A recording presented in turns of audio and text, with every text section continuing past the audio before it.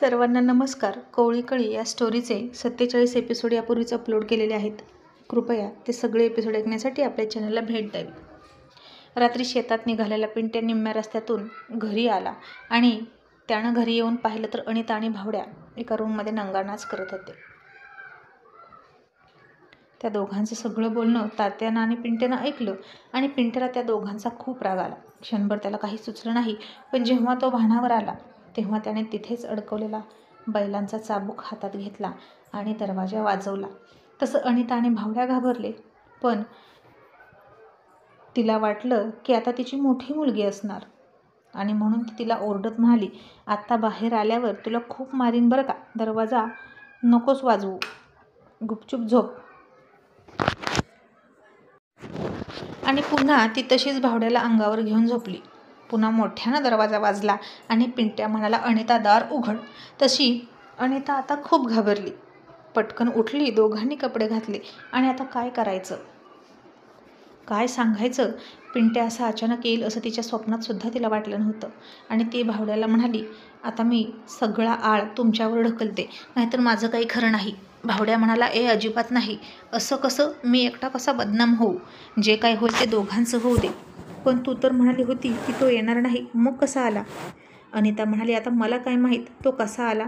मी त्याला काय राखण बसले आहे का?" आता बाहेर चिडलेला पिंट्या पुन्हा म्हणाला, "अनिता, दार उघड." आणि अनिता आता मोठ्यानं रडायला लागली आणि दार उघडून म्हणाली, "बघा ना भावड्या, तुम्ही रात्री नसताना फायदा घेऊन आपल्या घरात घुसला आणि माझ्यासोबत जबरदस्ती करत होता." आणि पिसाळलेल्या पिंट्या म्हणाला, "हो का? तुझ्यावर जबरदस्ती करत होता म्हणून तू अजून करा असं म्हणत होतीस का?" आणि काय बोलावं हे अनिताला कळलं नाही आणि त्यानं चाबूक उचलला तसा सपकन तिच्या अंगावर टाकला आणि दुसरा चाबूक भावड्याच्या अंगावर टाकला, तिसरा अनिताच्या अंगावर टाकला, चौथा भावड्याच्या अंगावर टाकला. असं करून त्या दोघांना त्यानं बदलून काढलं. तात्या पिंट्याचा हात पकडून थांबवत होता आणि म्हणत होता, "अरे मरतील ते, नको मारू." पण पिंट्या मात्र खूप चिडला होता. बैलांच्या अंगावर सटासट चाबूक ओढावेत तसा तो त्या दोघांच्या अंगावर चाबूक उडवत होता आणि तो म्हणाला, "मेली तरी मरू दे, आय घाली ही बाई.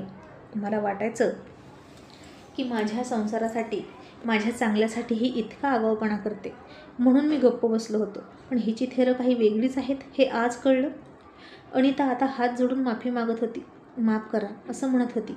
पिंट्यानं आता तिला घरात ढकलली आणि आधी भावड्याला त्याची चांबडी लोळेपर्यंत फटकवला आणि भावड्या धावत पळत खडकातून काट्याकुट्यातून रात्रीच्या अंधारात ओरडत पळत होता आणि तो पळून गेला. आणि इतका वेळ चाललेला गोंधळ ऐकून सगळ्या मुलीसुद्धा उठल्या आणि कधी नव्हे ते आयुष्यात प्रथमच त्यांनी आपला बाप आपल्या आईला मारत आहे ते पाहिलं. आणि पिंट्यानं पुन्हा अनिताला दुसऱ्या खोलीत ओढली आणि म्हणाला, "दार बंद करून घ्यायची तुला हौस आहे ना?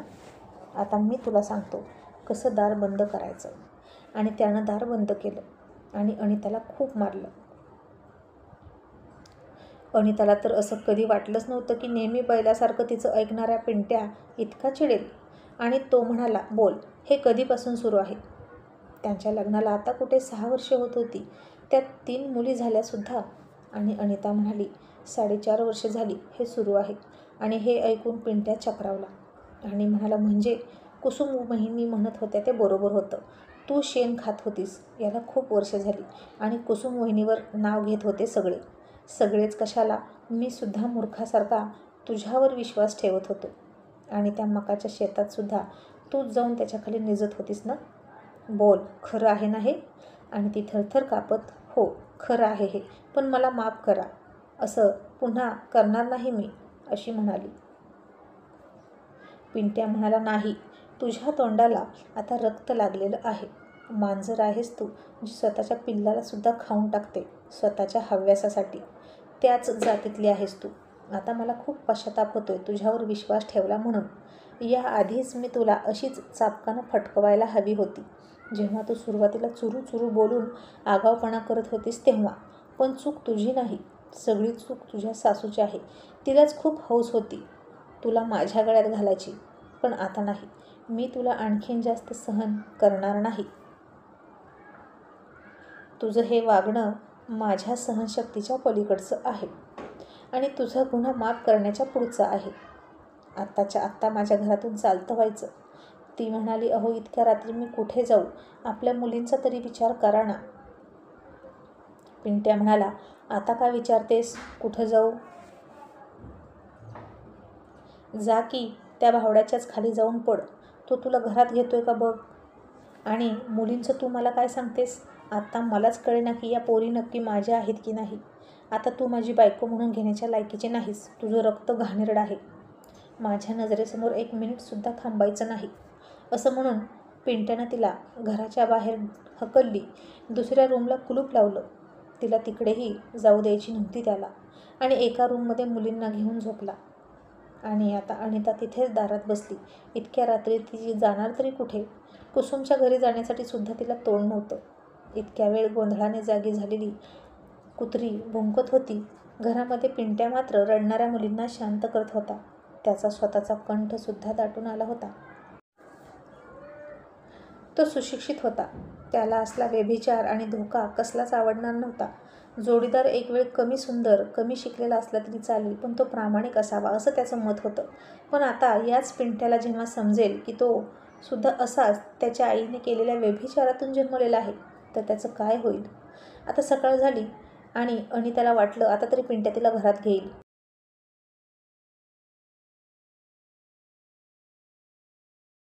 कारण छोटी मुलगी आता रडायला लागली होती. ती तर फक्त 6 महिन्यांची होती. तिला आईच्या दुधाची गरज होती. पण पिंट्याने लवकर दार उघडलंच नाही. त्याला खूप मरगळल्यासारखं वाटत होतं. आता रात्री भावड्या पळत असताना काही जणांनी त्याला पाहिलं होतं आणि तात्याकडून सुद्धा जवळजवळ वस्तीवर ही खबर वाऱ्यासारखी पसरली होती. आणि आता बदनामी तर होणार हे अटळ होतं. पिंट्यानं आता दरवाजा उघडला आणि ती आत घुसायला लागली. तशी त्यानं तिची झिपरी पकडली आणि तिला बाहेर ढकलत म्हणाला, घरात कुठं घुसतेस? तुझं सामान मी तुला इथंच आणून देतो. तुझ्या बापाला फोन कर आणि आत्ताच्या आत्ता चालती हो. ती म्हणाली, नको, घरी काही सांगायला नको. खूप बदनामी होईल हो. पिंट्या म्हणाला, याचा विचार तू आधी करायला पाहिजे. तुझ्यासोबत आता माझीही बदनामी झालेलीच आहे. माझ्या निष्पाप कुटुंबाची आणि निरागस मुलींची सुद्धा बदनामी होणार आहे. माझ्या मुलींवरती सुद्धा व्यभिचारी आईच्या मुली म्हणून शिक्का बसणार आहे. हे त्यांचं नशीब आहे. काय करणार?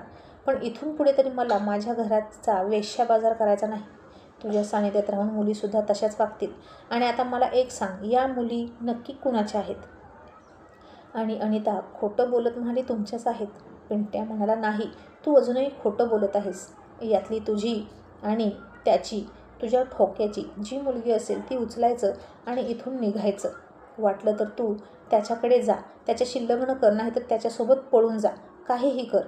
मी आणि माझ्या 2 मुली आजपासून तुझ्यासाठी मेलो आहोत. अनिता रडत म्हणाली, असं नका ना म्हणू. मी मुलींची शपथ घेऊन सांगते, यापुढे असं करणार नाही. पिंट्या म्हणाला, मग ठीक आहे. या सगळ्या मुली उचल आणि इथून चालती हो. मला तू माझ्या घरात, आयुष्यात आणि नजरेसमोर सुद्धा नको आहेस. आणि आता ही बातमी बघता बघता कुसुमला समजली आणि तिनं कुबेरला सुद्धा मुंबईला सांगितलं. तरीच रात्री पिंट्याच्या घराकडून कुत्र्याचा आवाज आणि ओरडण्याचा आवाज येत होता हे कुसुमनं ओळखलं. आणि कुसुमचं बाळ तिकडे गेलं आणि तिला सांगत आलं परत, आई, पिंट्या काका अनिता काकीला खूप मारतोय.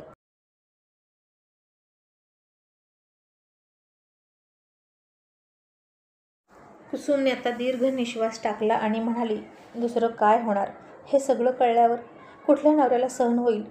मला वाटलं हे सगळं कळल्यावर रावसाहेबसुद्धा बैलासारखं गप्प बसतात की काय, पण नाही. रावसाहेबसुद्धा वरून वरून शांत दिसतात, पण त्यांनासुद्धा राग येतो हे दिसलं आज. बिचारे रावसाहेब, त्यांनी फक्त स्वतःला काही करून घेऊ नये म्हणजे बरं. कारण अशी माणसं रोज रोज व्यक्त होत नाहीत. कधीतरीच त्यांच्या रागाचा विस्फोट होतो. ती अनिता तर फार पोहोचलेली आहे. आता रडेल, पडेल, वेगळं काहीही नाटक करून सगळं प्रकरण जिरवेल. आणि तसंच होत होतं. अनिता आता म्हणाली, अहो, माझं ऐकून तरी घ्या. तुम्हाला फक्त माझा राग येतोय का? तुमच्या आईचा का राग येत नाही? तुम्हाला आधी तिलाही बाहेर काढा, मग मी जाईन. पिंट्या म्हणाला, तिनं काय केलं? ती माझी आई आहे. आणि अनिता म्हणाली, इतकी वर्ष झालं तुम्हाला माहीत नाही, पण आत्याचं सुद्धा भावड्याच्या बापासोबत लपडं होतं. आता हे ऐकून पिंट्यानं तिच्या आणखीन 2 थोबाडे दिले आणि म्हणाला, स्वतःचा गुन्हा जिरवण्यासाठी माझ्या आईवर नाव घेतेस? आता अनिताचा चेहरा काळा-निळा झाला होता. इतकी मारलेली होती पिंट्यानं तिला. अगदी बैलासारखी बडवली होती.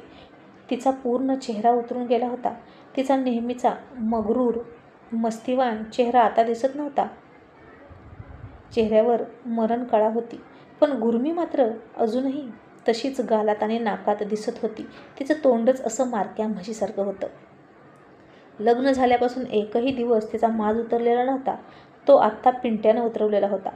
ती कोणाचं ऐकत नव्हती, पण शेवटी एक नवराच बायकोची जिरवू शकतो हे तिला आता कळलं होतं. अनिता म्हणाली, मी खरंच बोलत आहे. तुम्ही सेम भावड्याच्या बापासारखे दिसता. हे ऐकून आता पिंट्याला शॉक बसला. मुलीच्या वास्तुशांतीत गुंतलेल्या पिंट्याच्या आई आणि बापांना मात्र घरी काय घडलं याची कसलीच कल्पना नव्हती. आता रस्त्यावरून येणारी जाणारी मंडळी मुद्दाम थांबून त्यांच्याकडे बघत होती. काही लोक काही काम नसलं तरी मुद्दाम पिंट्याच्या घराशेजारून जात होते आणि सगळा तमाशा त्यांना दिसत होता आणि लोक चर्चा करत होते. ही अनिता कधी कुणाशी बोलत नव्हती ना, कोणाच्या घरी ना दारी. सासूला तर तिचा किती अभिमान वाटत होता आणि ही अशी निघाली, खाली मुंडी आणि पाताळ धुंडी. पिंट्या आता तिला म्हणाला, थांब, मीच तुझ्या बापाला फोन लावतो. आणि त्यानं तडकाफडकी फोन लावला. इतक्यात घाबरत घाबरत कुसुम तिथं गेली. तिला तर भीतीच वाटत होती तिथं जायची, कारण ती तिथं गेली आणि पुन्हा तिला शिव्या पडल्या तर काय करायचं. शिवाय कुबेरही इथे नव्हता, पण तिचा चांगुलपणा तिला गप्प बसू देईना. आणि कुसुम आज पहिल्यांदा तिथं गेली होती. तिनं तर रावसाहेबांचं घर कसं आहे हे सुद्धा बघितलं नव्हतं. फरशी अजून बसवली नव्हती अंगणातली आणि घरातली. जमीन शेणानं सारवलेली होती आणि जागोजागी तिचे तुकडे निघालेले दिसत होते. ही बया घराकडे लक्ष देत नव्हती. फक्त एकांतात घर सगळ्यांपासून लांब आणि दार लावून बसायला मिळालं आणि ती खुश झाली होती. पण एक गृहलक्ष्मी म्हणून घराची काळजी ती घेत नव्हती. वारंवार शेणानं सारवतच नव्हती. कुसुमच्या घरी जेव्हा फरशी नव्हती तेव्हा कुसुम दर 2 दिवसाला शेणानं सारवून घ्यायची. सासू तिला शिव्या घालायची शेण घेतलं तरीसुद्धा, पण कुसुम शेणासाठी सासूचा ओटासुद्धा सारवून द्यायची तिच्या ओट्याबरोबर. आणि तिचं घर खूप स्वच्छ असायचं. तसाच तिचा मुलगासुद्धा स्वच्छ असायचा आणि कुबेरचं तर काही विचारूच नका. ती तर त्याला अगदी रुबाबात ठेवायची. त्याचे पांढरे कपडे लख्ख चमकवून काढायची. तिच्या मुलाला जर सर्दी झाली तर त्याच्या नाकाला आलेला शेंबूडसुद्धा कुसुमला खपत नव्हता. ती सतत त्याच्या पाठीमागे रुमाल घेऊन लागायची. पण अमंगळपणा आणि अजागळपणा तिला खपत नव्हता. आणि आता अनिताच्या मुली मात्र रडत होत्या, नाकं गळत होती, त्यांच्या फ्रॉक फाटलेल्या होत्या, बटणं तुटलेली होती. पण अनितानं कधीच बटन लावायची तसदी घेतली नव्हती. छोट्या रडणाऱ्या मुलीला मोठी मुलगी कशीबशी मांडीवर घेऊन बसली होती. कसलं ते विदारक चित्र होतं. पिंट्यानं तर नुसतं तांडव घातलं होतं. कुसुम म्हणाली, रावसाहेब, अहो मुलींकडे तरी बघा, त्यांना भूक लागली असेल, त्या किती रडत आहेत. थांबा जरा तुम्ही. आणि जसं कुसुमला बघितलं तसं पुन्हा अनिता खूप खजील झाली आणि पुन्हा नाक मुरडलं आणि तोऱ्यात म्हणाली, तुम्ही इथे कशाला आलात, आमचं आम्ही बघून घेऊ. तसं पिंट्यानं चिडून सटकन तिच्या थोबाडीत टाकली आणि कुसुम लट्ट दिशी हलली आणि अनिता खाली पडली. आणि पिंट्या तिच्या झिपऱ्या धरून म्हणाला, खरं तर जर वहिनीला अशी बोलली तर याद राख, तुझा माज अजूनही उतरला नाही का. आणि अनिता आता खाली मान घालून गप्प बसली. मग कुसुम पुन्हा तिच्या घरी गेली आणि मुलांसाठी पोहे आणि छोट्या मुलीसाठी दूध घेऊन आली. पिंट्यानं आता अनिताच्या बापाला फोन लावला आणि म्हणाला, ताबडतोब टेम्पो घेऊन इथे या आणि तुमच्या सगळ्या रीतिरिवाजासकट तुमची मुलगी घेऊन जा. आणि अनिताचा बाप म्हणाला, पण झालं काय. पिंट्या म्हणाला, ते तुम्ही तिलाच विचारा. आणि त्यानं अनिताच्या हातात फोन दिला आणि अनिता म्हणाली, काही नाही पप्पा, थोडीशी भांडणं झाली म्हणून ते चिडले आहेत, तुम्ही नका येऊ. पिंट्यानं पुन्हा फोन तिच्याकडून काढून घेतला आणि म्हणाला, जर तुम्ही नाही आला तर मी तिला हाकलून दिलेली आहे. ती कुठेही जाईल त्याला मी जबाबदार नाही. मी आता तिला नांदवणार नाही. अनिताचे पप्पा म्हणाले, अरे पण झालंय काय, सांगशील की नाही. पिंट्या रागात म्हणाला, तुमची मुलगी खूप माझ्याला आलेली आहे आणि माझ्याकडून तिचा माज जिरत नाही, म्हणून तिनं इथं बरीच वर्ष झालं एक बोकड बनवून बघून ठेवलेला आहे. त्यामुळे तुम्ही तिला इथून घेऊन जा आणि तिचा माज जिरवणारा नवरा तिला करून द्या. आता हे ऐकलं आणि अनिताचे वडील खूप चिडले. त्यांना पिंट्याचा फार राग आला आणि ते 2 जीभ भरून लोक घेऊन ताबडतोब आले. पिंट्याच्या आईबापाला सुद्धा हे समजलं. ते सुद्धा घाई गडबडीत निघाले. आता सगळे पंचमंडळीसुद्धा बसली. गावच्या गाव पिंट्याच्या दारात जमला होता आणि अनिताचं काळनिळ झालेलं शरीर पाहून तिचा बाप फार संतापला. त्यालाही त्याच्या पोरीची थेरं माहीतच होती, पण तरीही लगेच कबूल केलं तर तिचं नांदणं तुटेल, इज्जत जाईल म्हणून तोही खोटं बोलायला लागला आणि ना कबुलीला आला. आणि तिला इथंच कशी तरी ठेवण्यासाठी तो म्हणाला, इतकं कुठं मारत असतात का? हे काही जनावरासारखं वागणं झालं? ती काय बैल आहे का चापकाने बडवायला? पिंट्या म्हणाला, आधी तुमच्या मुलीनं काय केलं ते तिला विचारा. असली नीच बायको मला नको. अनिताचा बाप म्हणाला, तुझ्याकडे काय पुरावा आहे? तिचं बाहेर लपड आहे याचा. आणि हे ऐकून अनिताला आता थोडं बरं वाटलं. आता तो काय पिंट्याचा सख्खा मामा नव्हता, चुलत मामा होता. पिंट्या म्हणाला, मी स्वतः डोळ्यानं पाहिलं आहे. आणखीन काय पुरावा आहे हवा आहे आणि ते सिद्ध होऊ अगर न होऊ मला घरात ही नको आहे. अनिताचा बाप म्हणाला, आणि तो कोण आहे? त्याला आधी बोलवा. तोही तुझा भाऊ आहे ना? पण आता भावड्या कधीच पसार झाला होता. आणि पिंट्या म्हणाला, त्याचं मी नंतर बघतो, पण हिला आधी इथून घेऊन चालते व्हा. अनिता म्हणाली, हे सगळं अगोदरपासून आत्याला माहीत होतं. मग त्या का गप्प बसलात ते विचारा त्यांना. आणि मग मला जो न्याय तोच तुमच्या आईला सुद्धा न्याय हवा. आधी त्यांना घरातून हकलून द्या, मगच मला हकला. आणि आता अनिता का असं म्हणते हे कोणालाच कळलं नाही. आणि सगळ्यांच्या भुवया उंचावल्या आणि सगळे सासूकडे बघायला लागले. आणि आता सासू खजील झाली आणि घाबरली, कारण आता तिची ही सगळी अंडी पिल्ली बाहेर पडणार होती आणि ती सुद्धा तिच्या लाडक्या सुनेच्या तोंडातूनच.